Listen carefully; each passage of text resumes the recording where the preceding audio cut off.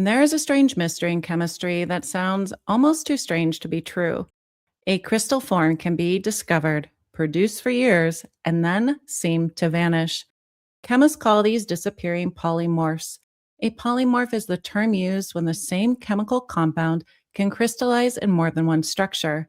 Same ingredients, but different internal architecture. And that difference can change almost everything: how a material melts, dissolves, filters, stores, behaves, and even whether a drug works properly in the body. It is not that the laws of chemistry change, but something about its history has.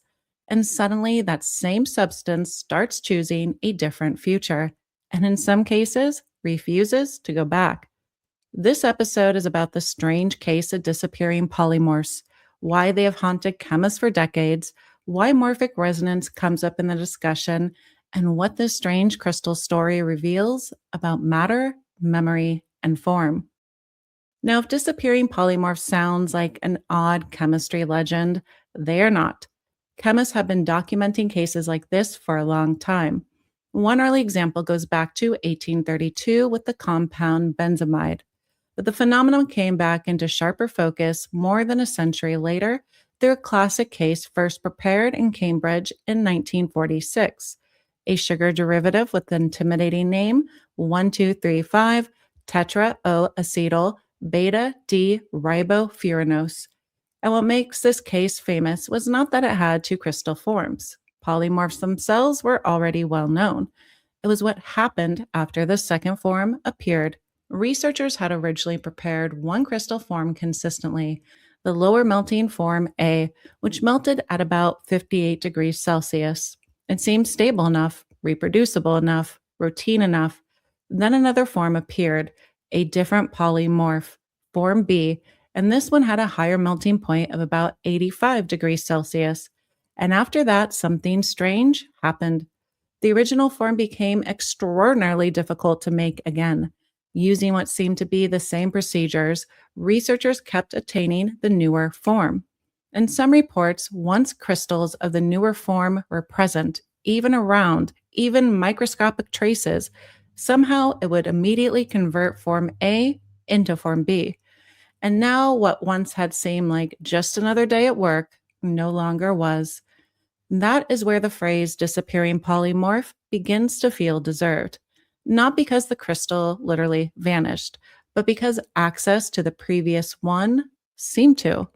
Some chemists began to wonder whether once a stable form emerges, if it can begin reshaping the crystallization landscape itself. But even in these early cases, researchers suspected more ordinary physical reasons, such as seeding, contamination at microscopic scales, or surfaces carrying crystal memory in a very literal sense. Still, the story was strange enough that people started talking because it posed a very interesting question.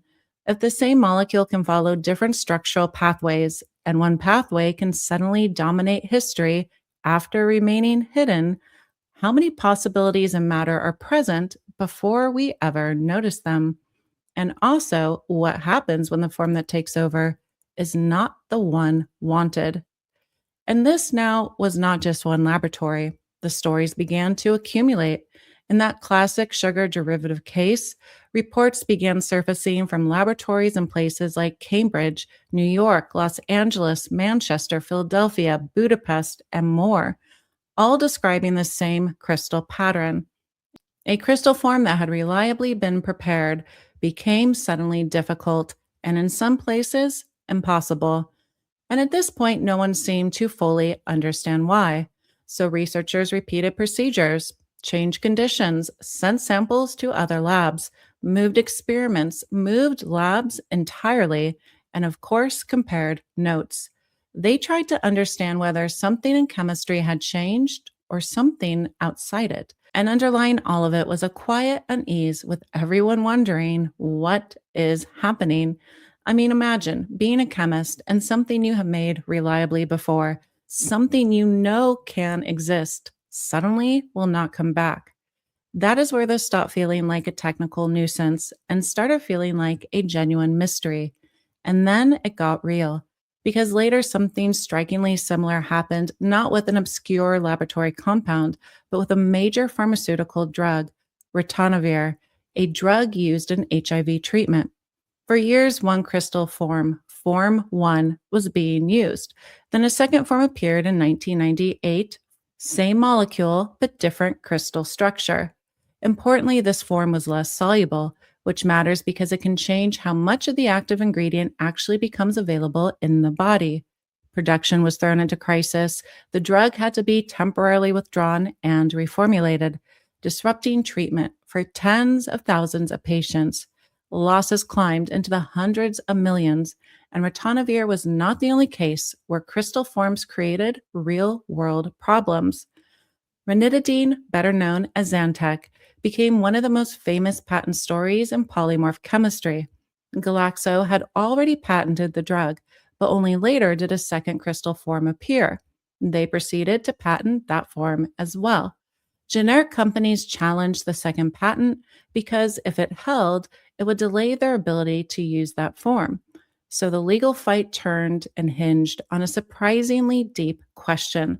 Was the second form a new invention, or was it simply a hidden possibility inside the molecule all along? So this was no longer just a strange crystallography story. It had entered pharmaceutical manufacturing, drug formulation, patent law, and courtroom arguments over what could or could not be reproduced. All of this points to the question, if the molecule has not changed, what exactly has? And that takes us to the next part of this story. The first answer lies in structure. A solid is not only defined by its chemical formula, it is also defined by how its molecules are arranged. In short, you have a different lattice structure, different crystal packing, and the result is different properties. But the deeper answer is pathway. When a substance crystallizes, the molecules do not all instantly organize into the final solid. First, a tiny stable cluster has to form. That first cluster is called a nucleus, and nucleation can be the hard part. This is where the difference between stability and accessibility matters.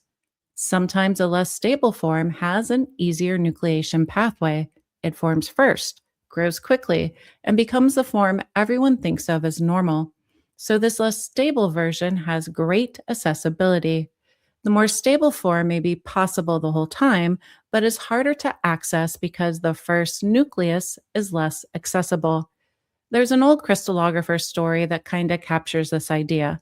If a student could not get a stubborn solution to crystallize, the legendary solution was not always a better equation or a cleaner method. It was the old chemist with the beard. He would supposedly lean over the flask, give his beard a shake, and somewhere in that dust in history, a tiny crystal seed might fall in and teach the solution how to begin. Sure, it might be folklore, but the chemistry behind it is real. Essentially, a seed can bypass the hardest step. Instead of the molecules having to assemble the first nucleus from scratch, they can grow from a crystal structure that already exists. It teaches the other molecules how to be. So, if the more stable form finally nucleates, everything changes. Because once that seed is physically present, it can spread and spread fast. The glassware may carry traces, the air may carry dust, a surface may hold a microscopic particle, a beard may contain the very thing the flask was missing. And that means future crystallizations may be biased towards the new form before the chemist even begins. The older form has not necessarily vanished from reality. It still might be possible, but the easy route to it has been crowded out by a form that now has a physical head start. Now, in some cases, disappeared polymorphs have been recovered under carefully controlled conditions. It is not easy, but it can be done sometimes. So, that is the chemistry answer to what's going on here. But there are other ways people have interpreted it. Because from the outside, it can feel almost as if matter remembers what it has already become and doesn't want to go back. This, of course, is where Rupert Sheldrake enters the story. Sheldrake is a Cambridge trained biologist with a PhD in biochemistry, known for work in plant physiology and the history and philosophy of science. He is someone whose career has lived at the uneasy edge between established biology and questions that many scientists consider too risky to ask. Sheldrake proposed the idea of morphic resonance, the possibility that nature carries a kind of memory, and that once a form or pattern has happened, similar forms may become easier to repeat. In his view, the habit in nature may build over time, and crystals were one of the places where he thought this idea could be tested. His argument was simple. In Sheldrake's view, if a new crystal form appears, that form may leave behind a kind of memory, a field of information that makes similar crystallization more likely. And the more often the form is produced, the stronger that informational field may become, which is why he hypothesized that new crystal forms might become more stable over time. One of his more striking predictions was that the melting points in newly crystallized substances could rise as the crystal form becomes more established, as the memory solidifies, so to speak. This was an unwelcomed idea because melting points are usually treated as fixed physical properties under defined conditions. But Sheldrake believed historical records contained hints that something like this might have happened already, with some compounds reporting higher melting points over time. But those hints are difficult to interpret, partly because purity, measurement methods, and experimental conditions may have changed as well. In the end, though, this is why disappearing polymorphs became perfectly suited for his idea. To Sheldrake, the answer was simple. Once a form appears, it begins leaving behind a memory that makes similar forms more likely in the future. The more often a pattern is realized, the more strongly nature may begin to resonate with it. But the chemist would say, no, microscopic seeds are enough to explain the change. They would argue that once a crystal form appears, tiny fragments of that form can become dust, residue, contamination, something too small to see, but still enough to influence the next crystallization. But this explanation is inherently difficult to prove because if the seed is microscopic, you can't see it, isolate it, or know for certain that it was responsible. So the chemist says hidden seeds, and Sheldrake might reply, how do you know that is all? Sheldrake's interpretation asks whether matter might carry history in a deeper way, through resonance with similar forms that have already existed. And whether or not you accept that interpretation, I think this is one of the reasons disappearing polymorphs are so fascinating. They sit right on the boundary between mechanism and meaning. On the one side, there's crystallization science, nucleation barriers, thermodynamic stability, microscopic seeds, and environmental history. On the other side, there is a feeling that once a new structure enters the world, once a new form has appeared, the future somehow becomes different. Maybe in the end, this is simply a story about crystals, or maybe it hints at a deeper question about whether nature carries memory in ways we do not yet understand.